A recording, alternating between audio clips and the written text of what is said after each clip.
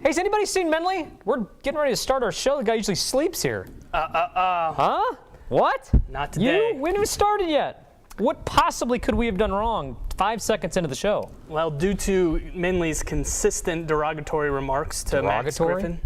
Him derogatory? Yep. He's been suspended for this show, for this week. Suspended. Boy. So, oh boy. I want to introduce you Who's our new co-host? to your new co-host right here, Max Griffon. I'm not working with this buzzard. No way. I am not going to share the set with him. Well, with his ongoing lawsuit towards Missouri Western. Oh, it's back? He wants more FaceTime on the show. Got that neck brace on still? Yep. Oh, stunning.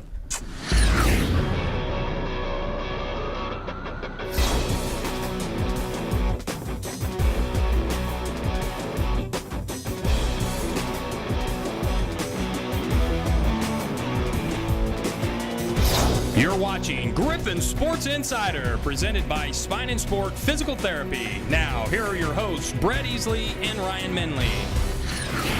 Hello and welcome, and pleased to introduce you to our guest host this week. This is Ron Burgundy, or no, it's Max Griffon. We begin with basketball. NIAA play begins this Saturday afternoon. Dynamite drop-in, Monty. Obviously, broadcasting school has really paid off for you. The Griffon men are 5-3 on the young season after going 2-0 last week. Let's take a look back. Monday, Griffon men trying to snap a 2-game losing skid, taking on Upper Iowa. The Peacocks made the D2 dance last season. That's always impressive. So is that. Cedric Clinkscale's always impressive in the post, and he punished the Peacocks early. 16 points, 14 rebounds for the big guy. Griffs go to halftime with a 42-39 lead. This kid has no clue a basketball game is even going on. Second half, more from Clinkscales. Swats the Peacock shot away, then starts the break. Ryan Devers to Darian Jones. Ring it up. He had 14 points on the night, Griffs by 9. But Upper Iowa comes storming back with a long ball. They unleash a 16-4 run midway through the half. This Ryan Weaver 3 puts the Peacocks up 1 with under 7 to play. But Coach Weiberg keeps calm and Griffs on. Watch Devers. Tough angle. He had 16 points, 6 assists. We're busting out the robot now. That's nice. And with 30 seconds to play, Calvin Ballcue busts out the posterization. That's not human. That sticks a feather in the Peacocks. Griffons hold on for an 84-79 win, and they improve to 4-3 on the young season. You know, in a lot of ways, it was a big game for us.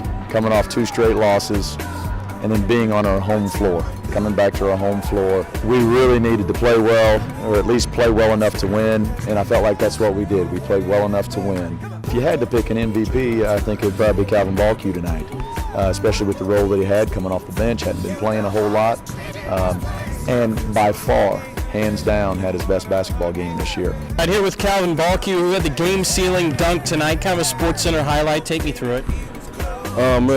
Coach just stressed. Coach did not stress dunk the ball. They pressed us, so I was open and one of the guys just left me, so I was just like, I might as well just go ahead and dunk it. How do you respond to the fact that everybody was like oohing and ahhing to it, but on further review, you really didn't dunk on him? He was kind of off a little bit. Well, when I jumped, he was about to jump, but he just like, oh no, I'm not about to. So. Okay, we'll let him go on that one. Saturday, Griffon men closing out the non-conference slate against John Bishop and St. Mary's. Bishop, a former Griffon assistant. First half, both teams on fire. Both teams going back and forth. Darian Jones scored 10 of his 14 points in the opening frame. Western by 2 here. Later, St. Mary's with some athletes too. Sterling Rofe, the and one. That ties it at 37, but the Griffs close the half on a big run. The momentum shifts right here. Trez Colbert forces the steal, then wins the foot race. Jams it home. He had 14 points. Griffs by 2 into the half. Time ticking away. Ryan Devers goes one-on-one, pops a 3, all net at the buzzer. Western goes to the break with a 49-43 lead. Now, don't put your hands in a mascot's mouth. That's just dirty. Second half, Griffs get nasty. Cedric Clinkscale spent most of the night on the bench in foul trouble. That's called taking out your aggressions. Western opens the lead to 14. Later, DZ Markalovich doing a lot of that. He had a team high 16 points. Griffs shoot a sizzling 57% from the floor. 7 players scored 8 points or more as Western rolls to a 96-77 win. They run the record to 5-3 overall. We got some production off the bench, particularly on the offensive side of the basketball, I am proud that we had 20 assists. I feel like that there were several times where we made the extra pass and made the right pass. We just kept moving the ball, you know what I'm saying? Players got open, you know, shots got knocked down. As simple as that. As simple as that. I'm Quantrez Colbert, and we have Said right here, Big Said. Okay, so Said, how did it feel to get in foul trouble and you ran a couple players over, you in beast mode? I mean, what you call that? Physicality. Physicality? Yeah. One game at a time. You seen it all right here. Go Quantrez Gamecocks. Go Gamecocks. We'll talk hoops with head Griffon men's basketball coach Brett Weiberg when GSI returns.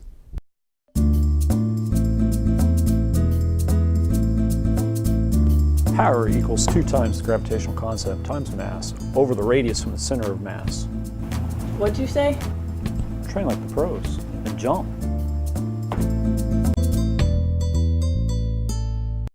This GSI Basketball Spotlight brought to you by the Missouri National Guard.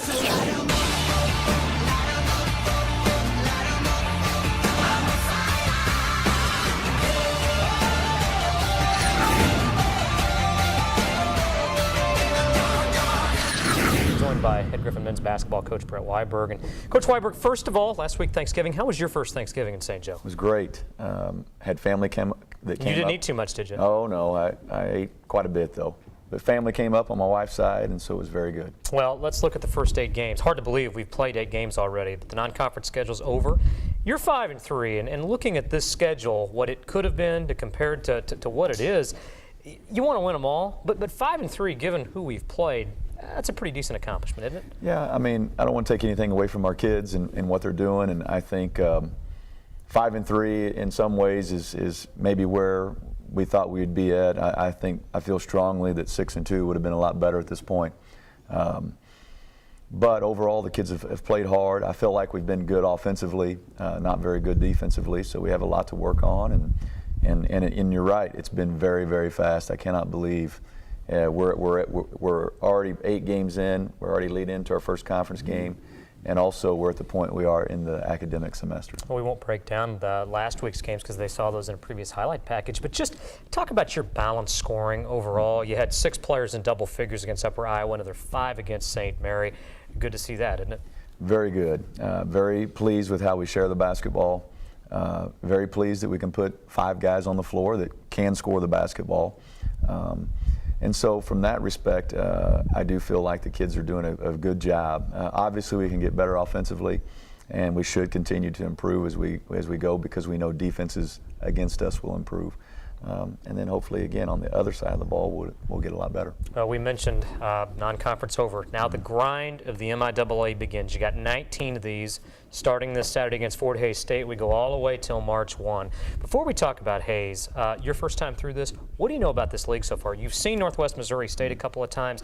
I'm sure you've seen some others on film. What do you know about the league as a whole? The league's very, very good. I think the parities, you know, certainly you have your better teams, but the teams that are in the lower half supposedly can beat you on any given night, can beat anyone on any given night. And so it is just, like you say, a grind every single night. I think winning at home is a must, and so that's going to be a challenge for us, is taking care of our home floor and winning at home, and then making sure that we play in a fashion that gives us an opportunity, or at least a chance to win on the road. But great coaches, good players, good places to play in, good environments to play in, and looking forward to it. I know it'll be a challenge. Speaking of good coaches and good players, you're going to get a good outfit that comes in here on Saturday. Fort Hays State, they were picked to win the league by the coaches in the preseason. They did win the league last year and did not make the NCAA tournament. I mean, think about that. Think about the play in this league, to win this league in the regular season and not make the tournament. So Mark Johnson, who's been in this league a while, very, very good coach. He brings a good team to St. Joe. They have 6 guys averaging in double figures, and it's a team that has been through this a year. He's added some pieces. What are we going to see from the Tigers on Saturday?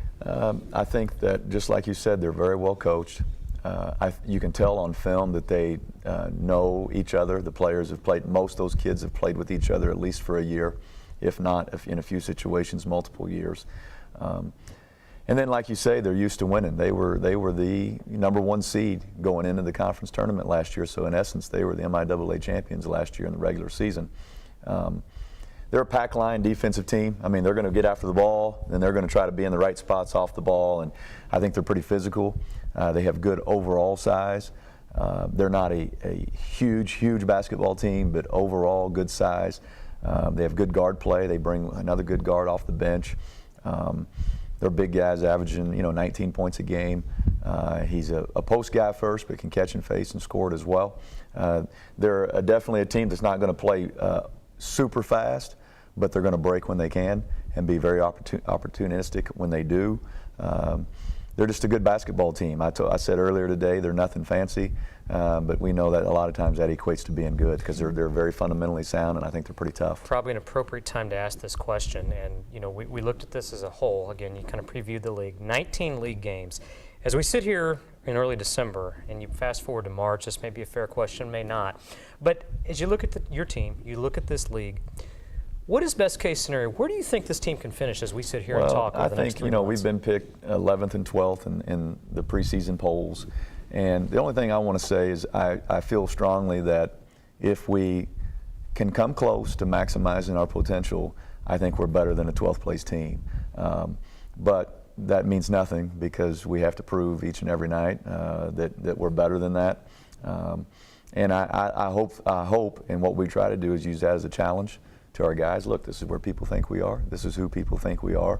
What are we doing each and every day to prove that we're not, And so I don't want to make any predictions. I just think that if we come, close to being as good as we can be, I do feel like we're not a 12th place team. It's tantalizing trio time, Brett Weiberg. I asked you three. They may be related to basketball, but odds are they probably won't be related to basketball, and you give me a great answer. And these are all over the board, Brett. I know that you come to this community. You kind of have adopted the Chiefs a little bit. I was at a Chiefs game with you earlier this year. They started 9-0. They've lost their last 3. Are they going to win another game? Yes. Yes. I hope you're right. Brett, will. Obviously Thanksgiving last weekend. Black Friday. Traditional shopping day that really kicks off the Christmas season. Are you a Black Friday shopper? Were you out there at midnight on Black Friday battling the crowds? No. You were not, okay. And finally, along those lines, and maybe a little earlier, and I know your wife and family probably watch this, what does Brett Weiberg want for Christmas? I'd like a new flat screen. New flat screen. There you go. Gift cards are good too, Weiberg family, or anybody else who would like to get Coach Weiberg a gift. Right. Brett, thanks for stopping by. Thank you. Good luck. Very much. And hope to see you all in the field house this week in Griffin's and Fort Hays State. MIAA opener, 3:30 for the men's contest. That's Brett Weiberg. I'm Brett Easley. More GSI after this. I am your aquatic therapist. My job is to control the current. Bulging disc, no pressure.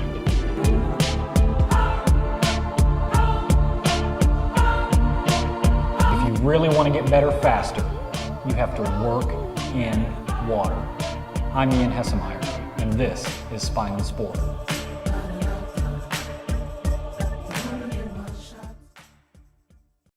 This GSI Basketball Spotlight brought to you by the Missouri National Guard.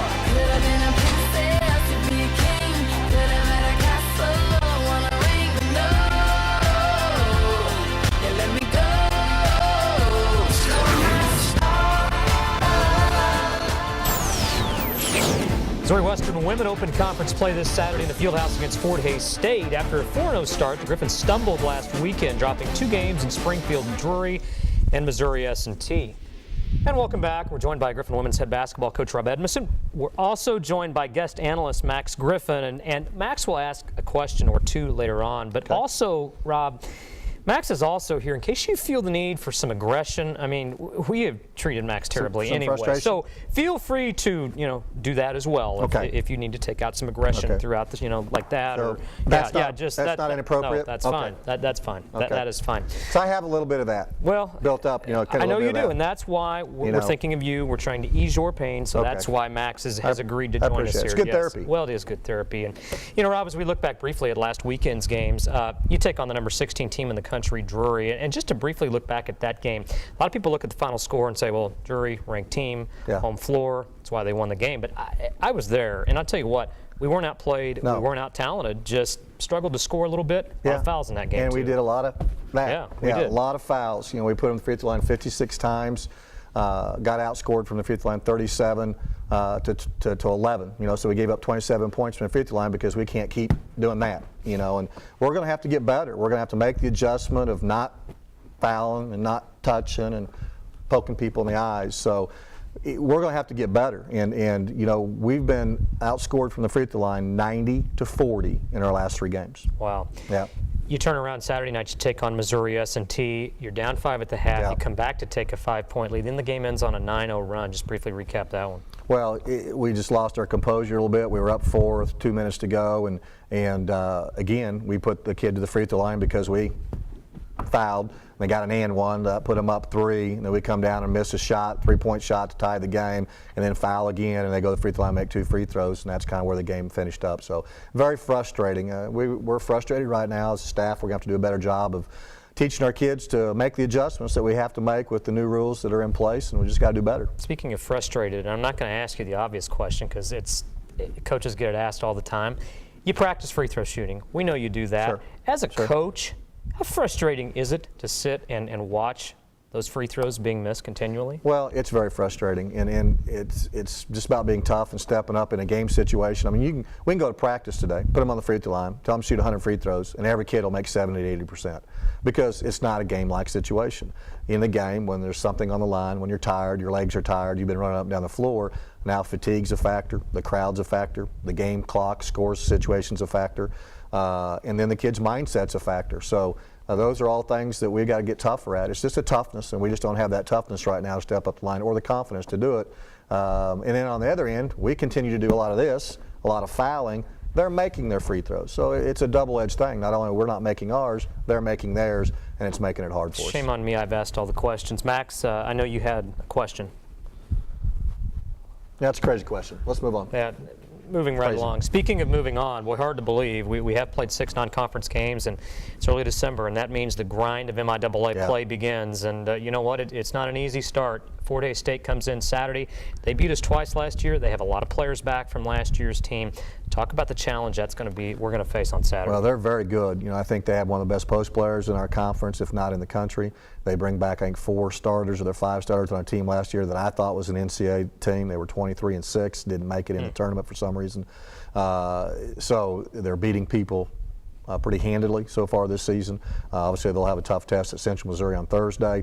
Our advantage, if there is an advantage, is that they play Thursday and we don't. We have more time to prep. They have one day to get ready for us. So, but they are a very good team. I think they're an NCAA level team, and it will show us early in conference kind of where we're at, and hopefully that we can step up the challenge. And we're going to have to be better than we were the last 2 games to make it competitive. Speaking of the league, what do you know about the league? We know Central Missouri is going to be very good. Yep. You always expect Washburn and Emporia State to be very good.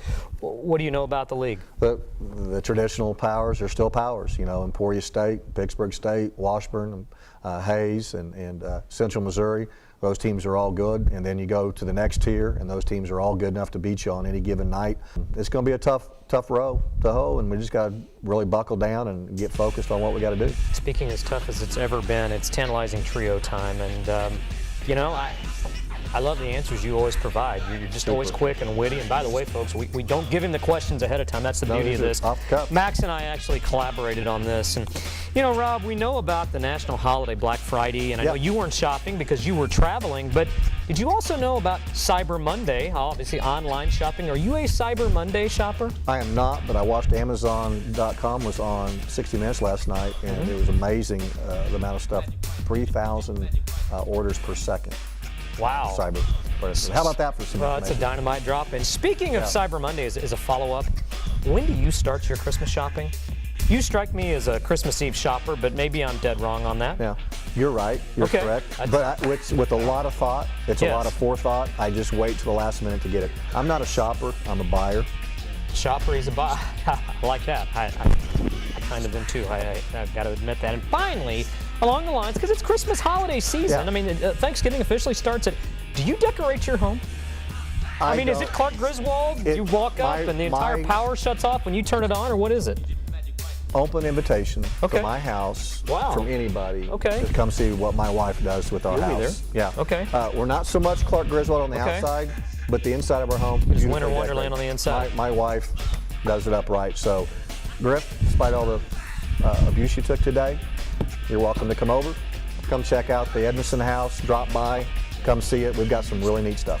Well, that's great. And you know what? Let's see something else neat. How about a victory on Saturday? Hey, wins make everybody feel better. Yes, they do. It Sorry. is a 1:30 women's tip-off on Saturday. Griffons take on Fort Hays State. I'm Brett Easley. He is Max Griffon. That is Rob Edmondson. More GSI after this. I'm David Bass. You're watching Griffon Sports Insider, sponsored by Spine and Sport Physical Therapy. Welcome back. The folks at Spine and Sport Physical Therapy know all about training like the pros. This week, the focus shifts to basketball. Here's Fred Schonkweiler. Alrighty, we're here to talk dynamic flexibility and how to warm up for a basketball game. You know, traditionally we think about stretching muscles, but sports science has really got us thinking now about how do we warm up the nervous system, because it's the nervous system that controls those muscles. So over the next 4 weeks, we're going to talk about a 4-step warm-up process that gets your engine, your core started through neuroactivation. Neuroactivation is key because static stretching has shown to decrease muscle power by 30%. We don't want to decrease muscle power by 30% before a game. That leads to injuries. Basketball players do not want to sprain ankles, tear ACLs. We need to turn on the engine through the core, through the nervous system first. So over the next 4 weeks, we're going to talk about this graph. Speed, time, step 1. We're not moving very fast, but we're turning on the engine. Over the next 3 weeks, then we'll ramp up the RPMs, get that engine started. This is called movement prep. Let's get started with step number 1. Okay guys, we've got many bands on their knees and their ankles. We're going to go into a squat position. The purpose of this is to activate the glutes. This is called glute activation. They're all going to start with a right leg clamshell exercise out to the side. We're going to go 5 reps. Ready? Go. 1, 2, and as they're in that deep squat, they're lengthening these hamstrings here. These hamstrings and these glutes get longer. That turns on those muscles. Now they're going to do the opposite side. These are real quick. If they get low enough, they're feeling the burn through their glutes and their hamstrings. That's the core, that's the engine. Okay, so now we got to pick up the speed just a little bit. We're going to step back and we're going to go into a shuffle. So we're all in our defensive stance and we're going to push off, and we'll go 3 to the left. Ready? Go. 3 left, big steps, push off that toe. Good. Opposite direction. Push off, push off, push off. Alrighty guys, good job. So the first step in the movement prep is to get resistance through the hips to activate that core. Glute activation is our first step. Stay tuned next week as we speed them up, get them ready to play. Train like the pros at Spine and Sport.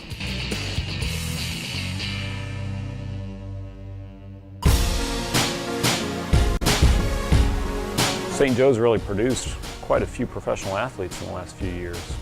One thing they all have in common is they've all walked through our doors here at Spine and Sport. I've done stuff that I've never done at any other physical therapy place, and I've been to a lot of physical therapists. I recommend Spine and Sport because of Fred. He has a passion for his athletes. I would recommend Spine and Sport to anybody from your average athlete to your professional athlete. Train like the pros at Spine and Sport.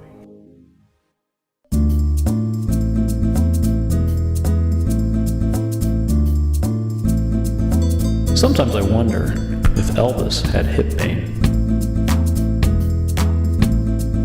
And if he did, I know I could have fixed it. And if I did, he'd still be alive today.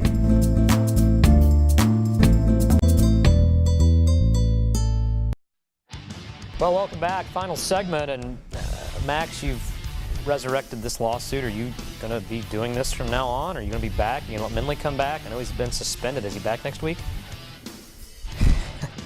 Hopefully you're gone next week. Well, you know what? Big weekend coming up. Home MIAA opener, and the Griffons will take on 2 very good Fort Hays State teams. Women's tip at 1:30, men's tip at 3:30. If you don't have your tickets, go griffons.com or pick them up at the Fieldhouse on game day. It's also our annual Special Olympics Day in the Fieldhouse, as volunteers will be on hand advertising the upcoming Polar Bear Plunge that takes place in January. Again, hope to see you this weekend in the Fieldhouse. Wear gold, and as always, ladies and gentlemen, go Griffs.